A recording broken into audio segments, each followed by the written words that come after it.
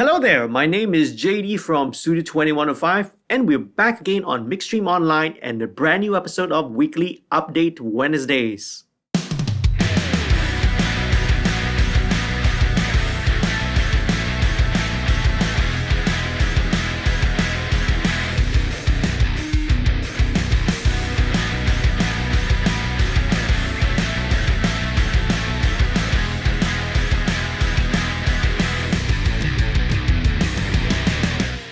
A warm welcome to all the new viewers, a big shout out and a thank you to all the patrons who help to support the channel financially. If you're new to this channel, do head on down, click and become a subscriber. Don't forget to click on the notification bell as well so that you'll be updated every time I put out a brand new video. Do sign up for the email list, and if you want to become a patron, head on down to www.patreon.com/studio2105.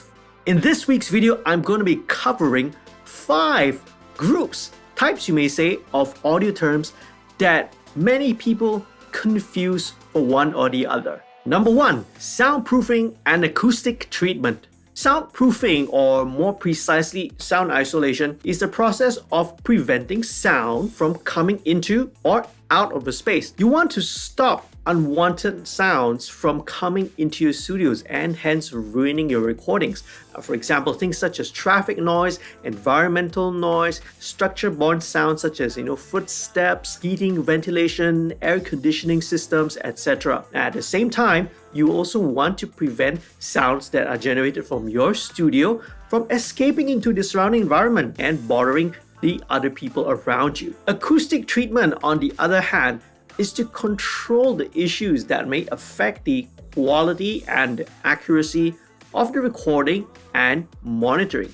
Now, if a room has got bad acoustics, no amount of expensive gear, right, and no amount of soundproofing or sound isolation that you do is going to save the recording. And at the same time, the mixes that you do inside the room is not going to translate well. I did a video on a couple of low-budget solutions that you can apply in a home studio situation. You can check it out. It's on one of the previous episodes of Weekly Update Wednesdays. Click on the link below or just click on the card, which is going to be floating around up here somewhere. Okay. Now, if you're really serious about building a proper studio, then I highly suggest and recommend checking out the John Sayers Recording Studio Design Forum. This is going to be the best resource that you will find anywhere when it comes to designing and building a studio. Number 2, producer and engineer. With the advances in technology and a lower barrier to entry, almost anyone with a decent computer and some software can pretty much call themselves a producer. Now, there are some incredibly successful records in recent years that have come out of home studios, but bear in mind, these are usually because they're created by very incredibly talented people. One thing they also don't tell you is that, very often those records are often sent to a professional mixer at a proper studio to be mixed, okay? Very often all the news articles and don't mention that. Becoming a real producer requires a whole set of skills that go beyond the ability to write, to record, to mix, to operate a DAW, right? This includes things such as project management, handling personnel, handling budgets, songwriting, selecting material and song development, nurturing talents, and so much more. Another area of confusion is that of the role of an engineer compared with that of a producer. Now, this happens more often than not when dealing with independent musicians. Now, when you hire a studio, it often will come with an engineer, right, that will help to handle all the technical aspects of the session. For example, setting up the mic, setting up the equipment, operating the DAW, doing all your editing, your mixing, etc.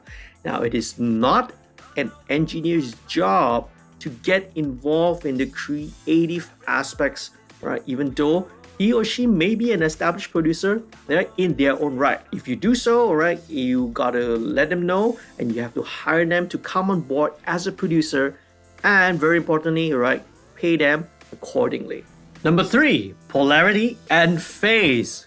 Familiar with this symbol? You find this, the polarity switch or polarity button, on nearly all mixer channels, like be it inside a DAW or on an actual physical mixer.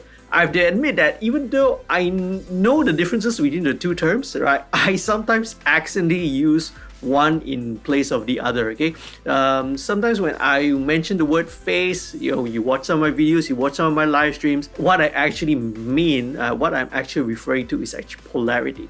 Now this gets rather technical, so I'll keep it brief. Polarity refers to the positive and negative voltages in an electrical signal. So when you invert the polarity, the waveform is going to be exactly the same, except that it's, right, for a lack of a better way to explain it, it's turned upside down. Now phase or phase rotation, now it's a much more complex behavior because it involves time and frequency relationships between two or more waveforms. For example, you take two identical signals, you delay one of them by exactly half a waveform, and the result that you get is that they will be 180 degrees out of phase. They will then cancel each other out, being 180 degrees out of phase. This gives you actually the same outcome when you invert the polarity, except, right, and the clear distinction between the two is that in this case, we are changing the time relationships and not the voltage.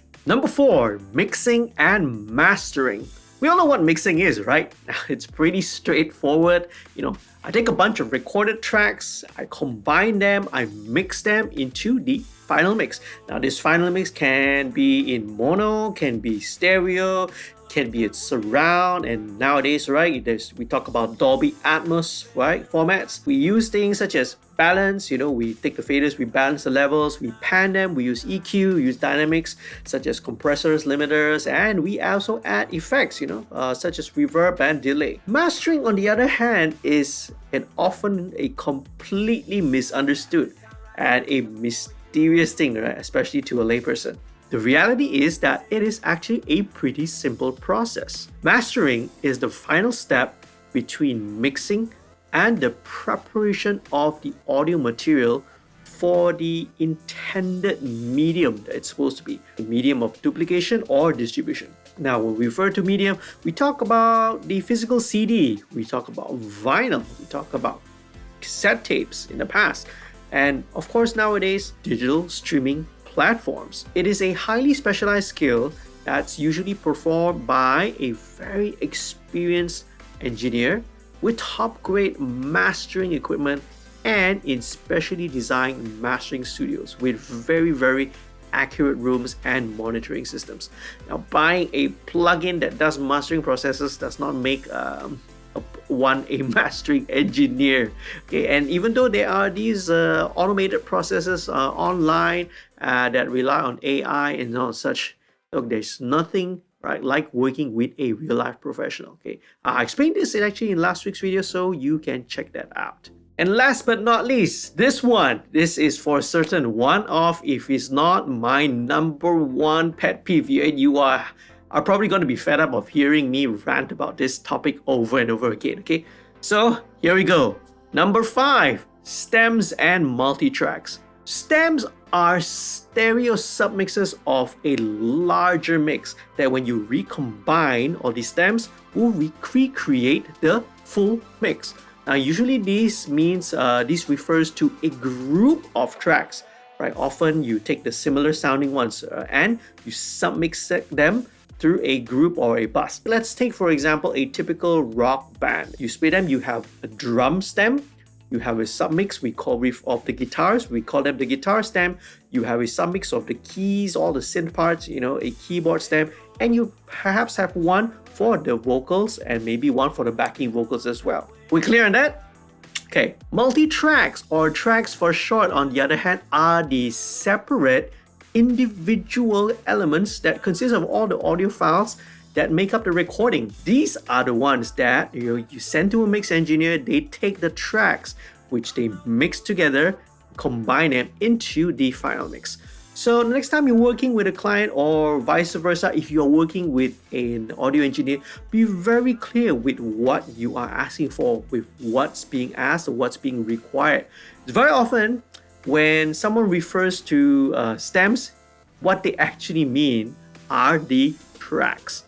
So there you have it. Those are the audio terms which are the most often confused whenever you talk with different musicians and different people. Even when you speak to some of the engineers as well, even they get all these terms mixed up and confused. Okay, so hopefully this video clears this up. For more detailed explanations, I do recommend the channels, the recommended videos that I've put up here. If you found this video helpful and informative, please do leave a like. Please do share this with your friends as well. If you have any questions or feedback, I would love to hear from you. Please do leave them down in the comments below. Perhaps tell me what other musical or audio terms that you find confusing. Once again, if you have not become a subscriber, please do click on the subscribe button. Again, sign up for the email list. And if you want to become a patron, remember, head on down to www.patreon.com/studio2105. Till next time, I hope to see you in future videos. Stay safe, stay healthy, happy recording and mixing. Peace, love, and music.